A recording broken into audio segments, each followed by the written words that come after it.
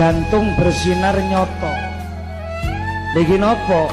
Jerone putih, pinggire enek abange, abang simbol teko hawa nafsu. Selama warga persaudaraan setia hati trate iso ngendhalekno hawa nafsune, sing putih nang jero pasti iso nembus pancaran sampai nembus nang jenenge hawa nafsu. Halo Lur, malam ini kita kedatangan tamu istimewa yang jauh-jauh dari tekan di Mas. Aku saka Bogor Selatan. Bogor Selatan, Lur. Nah, jenenge mesti wis padha ngerti, Mas Wardi. Ngerti ta Mas Di? Mas Wardi pemain MMA di One Pride, pernah champion tapi sekarang ya Sekarang gembel. ora apa engko ngerebut neh. Iya bener. Iya toh. Santai Mas. Santai selo nyapo. Buru-buru. Ya Mas, aku arep tekon-tekon. Oh nggih, gimana? Masalah kok bisa ngono ya? Apa mlebu ning dunia MMA piye to? Ceritane piye to sampean? Ini pakai bahasa Indo atau bahasa Jawa Mas? Campur-campur oh. Iya, santai. Tapi sebelum kita mulai cerita, sesuai tradisi kita ngopi sih. Oh ya, ngopi sih Mas. Monggo. Baik. Soalnya enak ndelok wajah sampean gawane ngelak Mas. Haus. Tapi seger to.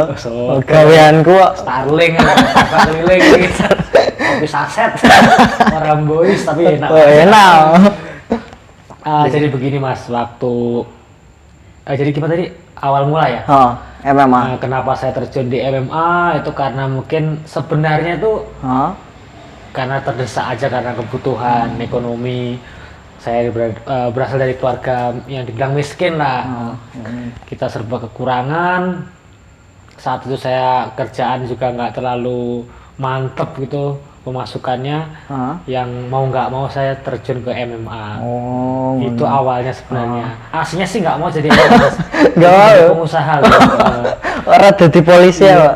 Enggak malah. Aku udah masuk tentara, terus tapi pengen jadi polisi. Lah awal mulanya sampean ki kenal bela diri sebelum MMA ya? Iya. Kenal bela diri itu apa pertama? Dan kenapa kok bisa masuk dunia bela diri? Kenapa enggak olahraga-olahraga yang lain yang lebih apa ya, menjanjikan, kayak main bola menjanjikan? Bener ya condong hamil. Ceweknya kayak main bola Pak. Jadi gini, waktu saya kenapa ikut bela diri itu sebelum MMA ya, saya ikut pencak silat itu di kampung. Sebenarnya itu bukan keinginanku Mas, tapi karena kondisi lingkungan dan geografis di sana. Geografis. Ya karena lingkungan di sana itu kayak mewajibkan setiap anak laki-laki ikut pencak silat. Padahal saya pengen jadi penari Mas. Bukan penari striptease, tapi penari tradisional. Tapi jaranan. Iya jaranan, jaipong nggak jaipong Jawa Tengah kan.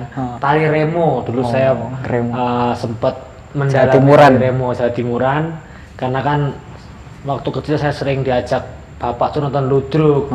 Kayaknya ngeliat orang yang nari remo tuh keren banget gitu. Wah ini nih cita-cita saya gitu. Cita-cita. Enggak jadi polisi, enggak jadi tari remo. Joget bayaran. Joget bayaran. Nah, bayarnya paling ya gur soto, aku ya tahu soto. Bayar soto tok. Ada orsan Mas. Orsan. Jadi ya saya ikut pencak silat, tapi berjalannya waktu malah saya jatuh cinta dengan pencak silat. Karena silat kan juga merupakan budaya Indonesia, peninggalan warisan budaya yang harus kita kembangkan. Itu dari situ saya jatuh cinta. Begitu Mas. Benar. Nah, terus kok iso tekan Bogor iki ceritane apa ini? Waduh lho apa ini? Kayak lambe. Sama ini kok di Magetan loh. Iya Magetan. Nah, dikarenakan kondisi keluarga kami yang kurang mampu atau miskin, saya cuman perotolan SMP ya sempat lulus sih, tapi ijazah belum diambil sama bapakku ditebus. Nah sebelum aku lulus aku udah merantau ke Madura jualan bakso di kono. Jauh sebelum ke Madura tuh udah banyak ngelewatin lika-liku hidup mas. Munggah medun nyampe ngiwotengen wae selulup kan. Kabeh dilakoni ya. Itu cuma satu, pengen memperbaiki kondisi ekonomi keluarga, bisa membahagiakan orang tua, meskipun pada saat itu belum mampu. Tapi saya sudah berusaha semampu saya, dan seiring waktu itu angin itu membawa saya ke Bogor, angin malam itu. Ya di sini saya berharap dapat pekerjaan yang layak dan bisa kayak apa ya, menyelesaikan misi saya untuk membahagiakan orang tua, itu bahasa kerennya. Gitu, oleh kerjaan apa Mbien sampean pertama? Awalnya bukan ke Bogor sebenarnya, ke Cianjur, ke daerah Jawa Barat. Aku manol mas, di pasar. Manol ini ngangkuti apa sembarang di pasar. Ibu-ibu atau bapak-bapak semuanya lah belanja di pasar, belanja barang-barang banyak, kebutuhan mungkin dapur mereka. Saya yang nawarin jasa untuk ngangkut. Bu, diangkutin bu, gitu kan. Bayarnya nggak seberapa mas, paling cuma kadang 500 rupiah, 1000, kalau ada yang berbayar kasih 2000, udah sewenang bunga harus. Sehari berapa ya? Pendapatan sehari itu paling 25.000 mas. Iya. Ya ora nyukupi ya, selawe aku. Iya, tapi gimana ya, segitu udah saya syukurin. Iya, syukur. Karena kan di perantauan dibanding dengan kerjaan yang lama, ini lebih baik, meskipun ya hitungannya masih kategori pekerja kasar lah ya, gitu masih. Intinya bersyukur sama mas. Bersyukur, bener pak. Selawe aku tapi nek neng perantauan ini soalnya cukup modelnya ya, nyukup no. Kalau dibilang cukup nggak cukup, pasti orang kan nggak cukup mas. Tapi kan kita sesuaikan dengan kondisi kita kayak apa ya, ngirit-ngirit lah.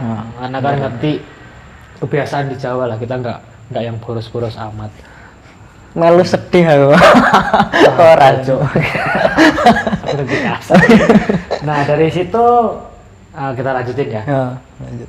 Saya berangkat ke Bogor karena ada panggilan di bengkel. Kelihatannya keren di bengkel.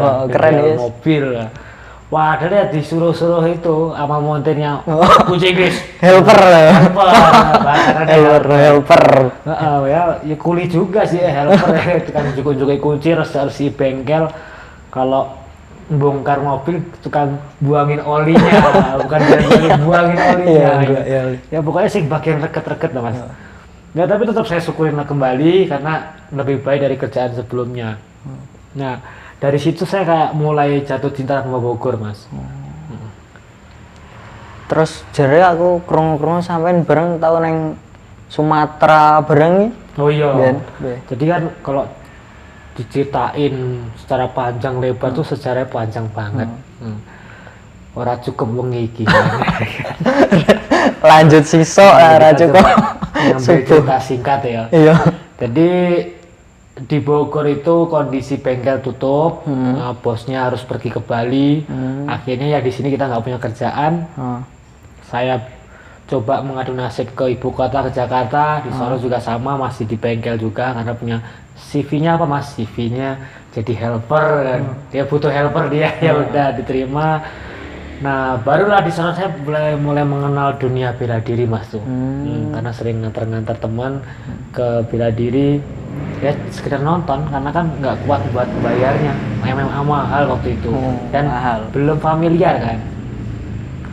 Nah dari Jakarta saya balik lagi ke Bogor karena saya menemukan apa ya, kayak pelabuhan hati mas. Cintaku gitu. Rita Surita. Bunda Rita. Saya menikah. Ya bener kata orang tua itu kalau menikah tuh dunia rasanya milik berdua selama 3 bulan mas. Tapi setelah 3 bulan tuh ya wah ini urip tenanan nih gua. Kudu ngopain nih, harus menghidupi, ngasih nafkah. Lah di situ kita mulai kayak kelabakan karena kebutuhan kan makin banyak. Ditambah istri yang mulai tekdung kan, gelembung alias hamil. Ya syukur alhamdulillah dikaruniai anak. Nah cuman kondisinya kan keuangan juga nggak terlalu bagus. saya background pendidikan juga nggak tinggi, yang mengakibatkan saya kerjaan juga kasar-kasaran. Nah akhirnya saya ditawarin teman untuk berangkat ke Sumatera. Di sono juga masih serabutan, awal-awalnya saya tukang gali itu loh mas, tanah-tanah di pinggir jalan itu kabel-kabel optik kan. Ya di Gali sono kabel ngono ya. hitung dibayar per meter. Per meter. Ya saya cerita ke istri saya kalau di sana kerja gimana, enak. Padahal aku tidur di pinggir jalan, tutupan terpal. Nah kudaran sikilnya anyep-anyep gitu kan. Tapi ya tetap disyukurin. Yang penting dapat uang, kita kirim. Nah mungkin juga Allah Subhanahu Wa Taala baik sama saya bisa mengajar security di sono mas.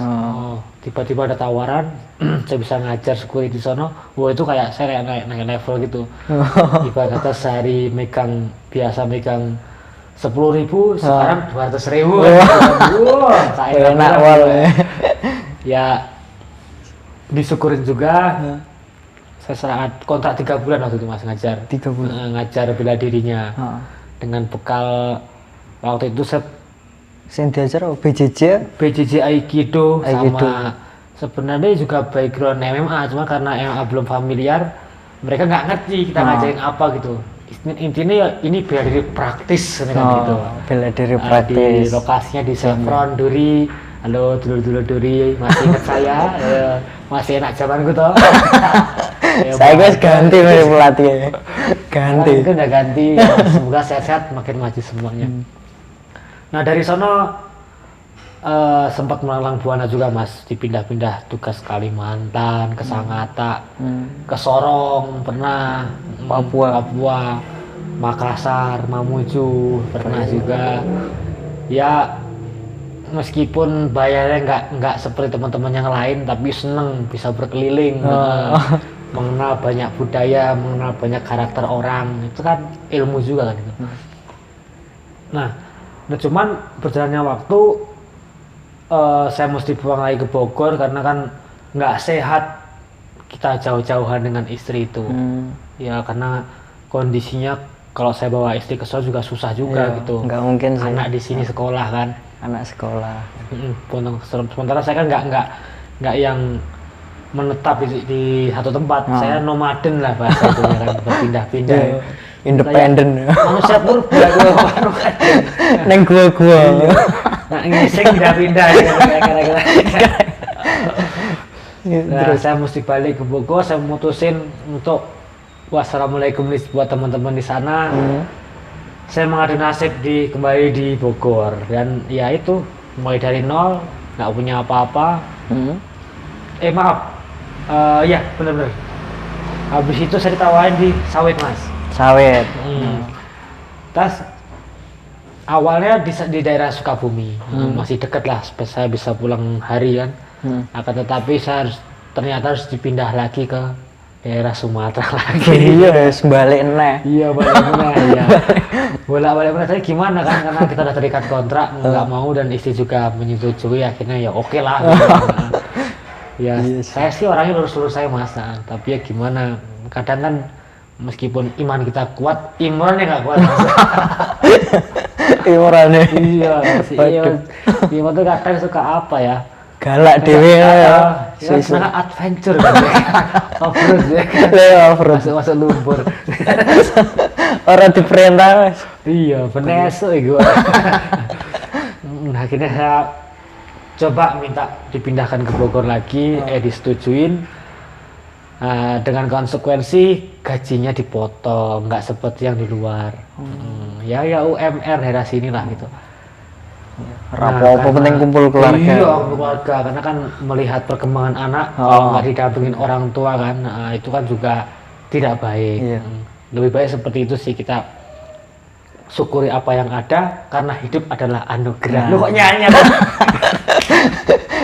Udah nasib malah nih. Nah dari situ disetujuin sama perusahaan, saya pindah di sini dengan konsekuensi gaji UMR sini. Nah saya iyain, yang penting kumpul keluarga, bisa didik anak. Akan tetapi ya itu berjalan waktu ternyata begitu kumpul dengan keluarga tekdung lagi mas. Matang mana? Oh, produktif ya. Produktif ya emang jarang dipakai, sekali dipakai itu top chair gitu. Bukannya jarang dipakai, sekali dipakai nggak lama gitu kan, itu top chair gitu. Benihnya tuh kuat banget. Anak saya kembar itu langsung bibit unggul. Ya cuman itu kembar kan berarti double juga pengeluarannya, double juga untuk membiayainya. Waktu proses melahirkannya pun saya kekurangan dana banyak banget. Dari sono ada pengumuman, saya melihat sosmed ada MMA dibuka di TV One, itu One Pride itu. Benar. Nah langsung saya berpikir, apa saya coba aja ya buat nambah-nambahin. Pikir saya kan buat nambah aja. Nggak kepikiran untuk bener-bener profesional di sini, bener-bener ya fokus di sini gitu loh. Cuman dalam berjalannya waktu itu saya bersyukur banget sih diterima audisinya, bisa tanding, debutnya menangnya spektakuler. Iya. Ya. Aku ngerti karo sapa. Iya. Kalau nggak salah apa ya inisialnya T itu, Tristian. Mas Tres kau berbes. Iya kau berbes. Mantap. Ada Mas Tres. Mas Tres. Musuhmu ya pertama Min. Kocok. Nah dari situ saya ngerasa kalau sesuatu yang kita lakukan setengah-setengah itu hasilnya nggak akan baik. Pada akhirnya saya harus memilih salah satu, pekerjaan saya atau event MMA ini gitu. Karena saya melihat kedepannya kayaknya ini ada punya potensi untuk jadikan karir yang bagus. Nah dikarenakan apa ya, mungkin kayak pilihan hati pilihan hati. Passion Ya. Dari dulu saya senangnya combat sport. Rakatan itu jadi combat sport. Combat sport.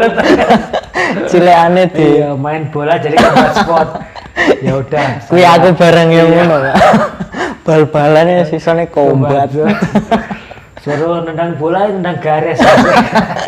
Garis. Itu pilihan hati dengan nendang bola. Ya akhirnya aku memutuskan untuk fokus di MMA. Dan ternyata ketika kita fokus, hasilnya pasti akan lebih baik. Dan syukur alhamdulillah tahun 2016 saya bisa menjuarain flyweight MMA itu. Itu. Juara. Biar. Tapi rak opo. Yang penting wis tahu jeru. Wis tahu jeru. Lah aku pas kayak krungu ceritane sampean ngono, Pak. Apa sing di begal tapi sing begal kanene koncone awen dhewe piye ta ceritane aku. Wah, itu ini sebenarnya agak kurang enak buat dipublikasi ya, karena kan kayak rahasia. Oh, iya. Ya kita nggak usah bilang itu tempat di mana ya, karena kan gak enak nanti teman-teman kita itu. Nek krungu ya. Ya kerjaan saya masih di sekitaran sawit saat itu. Lokasi ini lumayan jauh mas, agak pedalaman gitu.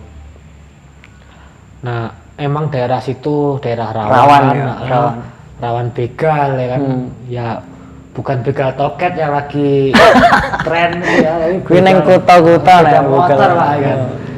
Ya penjarahan aja, bukan penjarahan ya, begal. Jadi pas aku balik lewat jam 8 itu udah diperingati sebenarnya sama temen-temen tuh, jangan pulang lewat dari jam 8, di situ rawan begal. Saya pulang lah, bodo amat lah gitu kan. Wong isine nggur wanita gitu kan. Wanita isine. Pikirku ya sapa sing suci ada saka Boyopati kan gitu kan. Artinya siapa yang mungkin bersih kelakuannya, bersih hatinya, dijauhkan dari mara bahaya gitu.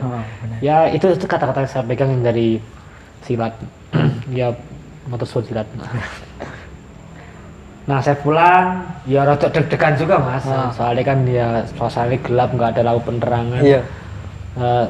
Pas saya lihat kok ada kayak melintang itu di di tengah jalan tuh kan. Wah, opo Kabel iki? ngono ya. Iya, seling Mas. Bahaya. Seling. Untung ra kena lho, Pak. Ya kena titik helmnya cetok gitu kan. Helm tapi Tak untungnya. pikir ya, Helm. opo sih mungkin halusinasi gua kan itu kan, karena gelap banget situasinya. Nek gulu ya loro lho. Pedas kan kenceng. Lah iya. Juga lari ya kebetulan nggak yang kenceng-kenceng banget. Heeh. Cuman 40 km per jam kan pelan kan. Heeh. Terus aku berhenti karena di situ ada sekitar 5 sampai 6 orang itu bawa golok semua. Bahaya. Ngatasi ora ya kira-kira? Aku sih mikir wis mati-mati di sini gitu. Bismillah aja, memang niatku cuma nyari rezeki buat anakku, istri kok. Tapi ya ini mungkin perjuangan. Ya ada deg-degan juga karena ini pertama kali ngalamin kayak gitu. Aku berhenti, terus lo kok mukaku disenterin Mas? Nah, terus. So, dah ini Pak Wardi. Baengan ya. Ternyata yang begal ya teman-teman sendiri. Berpengaruh berarti Mas Wardi.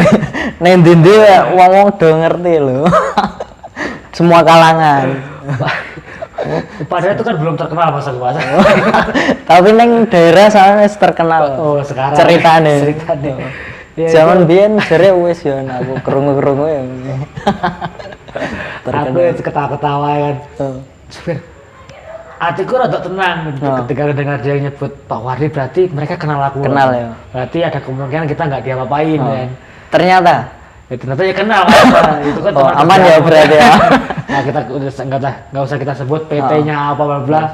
Itu teman kita sendiri. Ya apa ya, dari situ saya berpikir kalau memasukkan atau pekerjaan kasar itu kan kadang nggak sebanding dengan pekerjaannya hasilnya itu. Kadang yang menghasilkan mereka mau nggak mau mungkin punya pilihan lain, nggak punya pilihan lain untuk melakukan hal-hal yang dilarang. Atau mungkin juga itu iya watake itu, watake emang begal ya.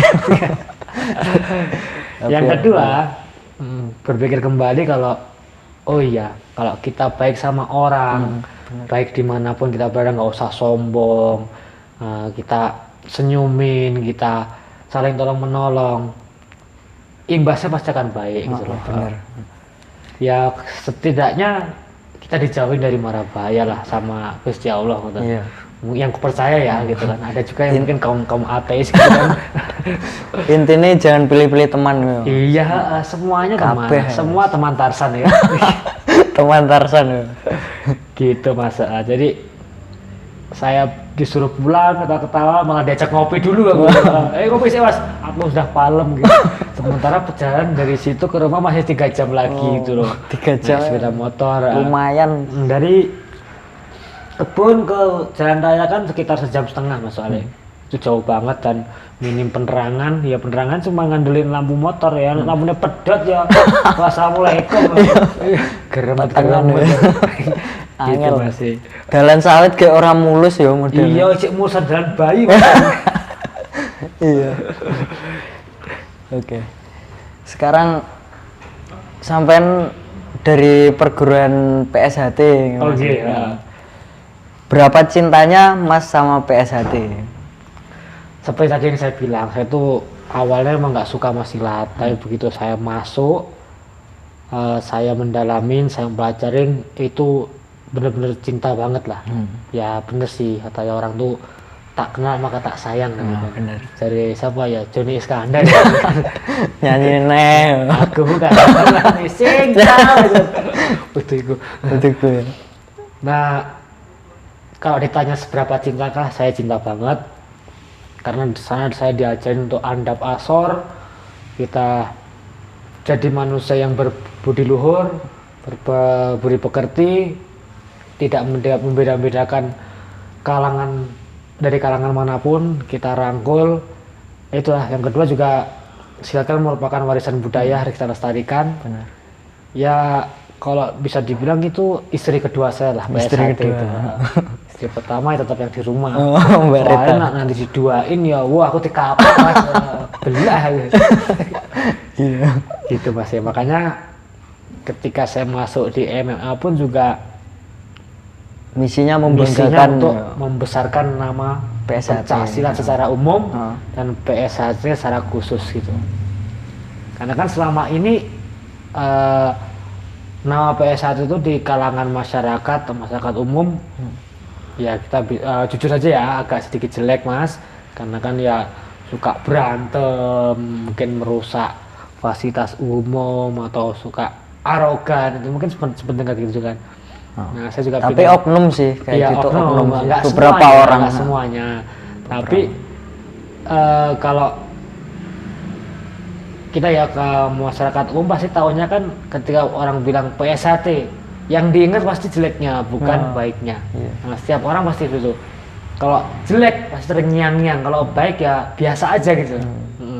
Jadi saya pengen sedikit merubah, atau ya ini kayak sentuhan kecil aja. Mungkin nggak berpengaruh, tapi ya mudah-mudahan doa kita imbasnya bagus buat PSHT.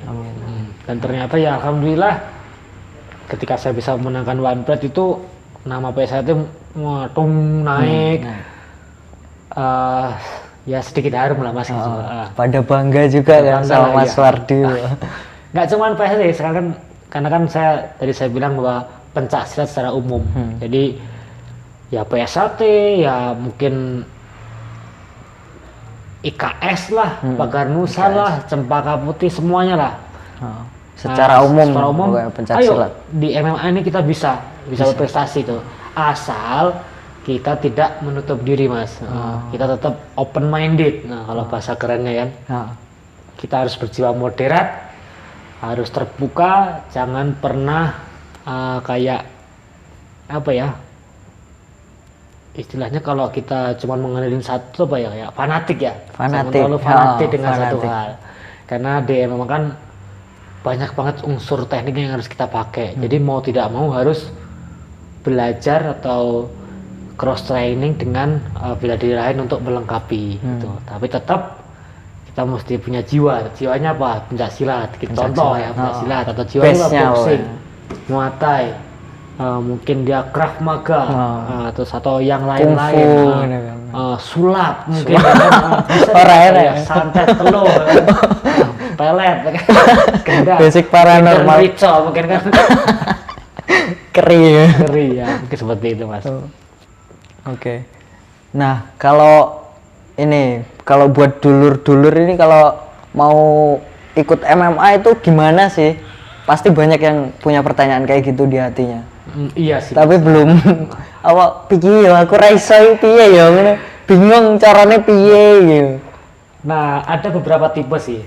Pertama yang tadi Mas Amin bilang, bingung cara memulainya. Yang kedua merasa bisa memulainya. Iki sing bahaya. Iya, ada tipe seperti Enak itu. ya. Ada yang apa ya gampangin gitu loh. Gampangin. Nah, bagi yang pengen berprestasi ya, terutama di MMA, pertama yang harus dilakukan adalah niat. Kalau kalian nggak niat, ya nanti kayak apa ya, angat-angat tai ayam gitu mas. Merasakan satu pertandingan kapok. Iya. Oke, yang kedua, begitu niat udah bulat, kalian mesti datang ke tempat latihan, tapi ke tempat latihan yang benar, di camp MMA. Jangan yang mungkin latihannya hipnotis kan atau apa ya, salah gitu. Salah ya. Salah. Itu cabur. Iya, cabur. Itu cabur. Nah, jadi kalian mesti datang ke tempat yang tepat, yaitu di camp MMA. Kalau Anda pengen jadi singa, bergabunglah dengan kawanan singa. Seperti itu. Nah, yang ketiga, ikutin instruksi dari pelatih. Ini yang mungkin jarang banget orang kayak praktekkan atau jarang banget dimengerti. Karena kan pelatih yang tahu segala tentang diri kita. Dia itu tahu kapan kita siap tanding atau kapan kita belum siap, kekurangan apa dia tahu. Bercermin sekalipun kita mungkin kadang belum tentu kayak melihat kekurangan kita mas. Kita harus mempunyai mata ketiga, mata keempat, mata kelima untuk bisa melihat kekurangan kita. Karena di MMA itu taruhnya nyawa mas. Jadi jangan anggap kita hebat gitu. Peraturannya juga kan lumayan bebas. Ya. Jadi Bisa. ya harus benar siap. Iya. Jadi ikutin instruksi dari pelatih. Yang ketiga ya kita ikut audisinya atau kita tergabung di mungkin kayak event One Pride, One Championship, atau mungkin kalian ekstrim UFC, UFC wanita atau KFC kan gitu KFC. mungkin. Urung tembus nek. Iya. Anu. Jadi- KFC sih paling iso.